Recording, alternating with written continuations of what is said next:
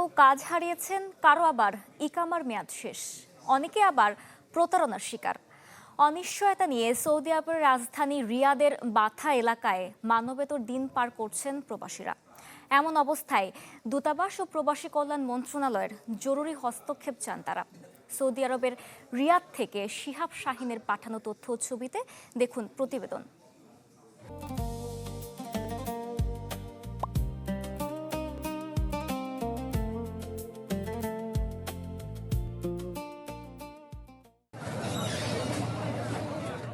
একদিন স্বপ্ন নিয়ে সৌদি আরবে পাড়ি জমিয়েছিলেন এই প্রবাসী বাংলাদেশিরা, কিন্তু সে স্বপ্ন আজ অনেকটাই ফিকে।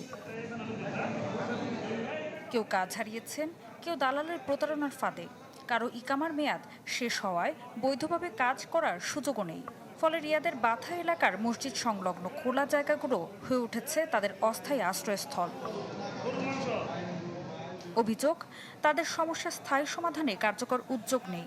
দিন যত যাচ্ছে বাড়ছে অনিশ্চয়তা আর হতাশা। দালালে এনে আমাদের কাজ কাম দেয় নাই ঠিকঠাক মতো। এখন আমাদের কোথাও কোনো কাজ কাম নাই, খাওয়ার জায়গা নাই, থাকার জায়গা নাই। 2 মাস কাজ করছি, বেতন দেয় না। খুব কষ্টে আছে বর্তমান। ঘোরাফেরা করতেছি, মসজিদে ঘুমাই, মার্কেটের সামনে ঘুমাই। মানুষজন যারা এই দেশে পাঠায় তাদেরকে একটু পূজার সীমা পাঠানো হয়েছে, কারণ সৌদির পরিস্থিতি খুবই খারাপ। আমার বাংলাদেশ দূতাবাসের কাছে আবেদন জানাচ্ছি যে আমাদের দেশে পাঠানোর একটা ব্যবস্থা করুন।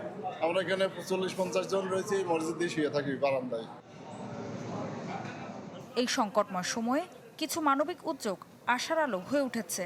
এগিয়ে এসেছে সৌদি আরব প্রবাসী সাংবাদিক ফোরাম ও স্থানীয় ব্যবসায়ীরা।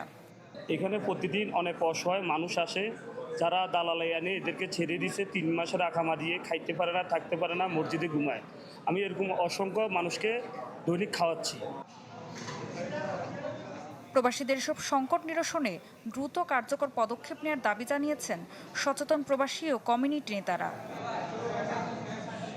Desk report, channel 24।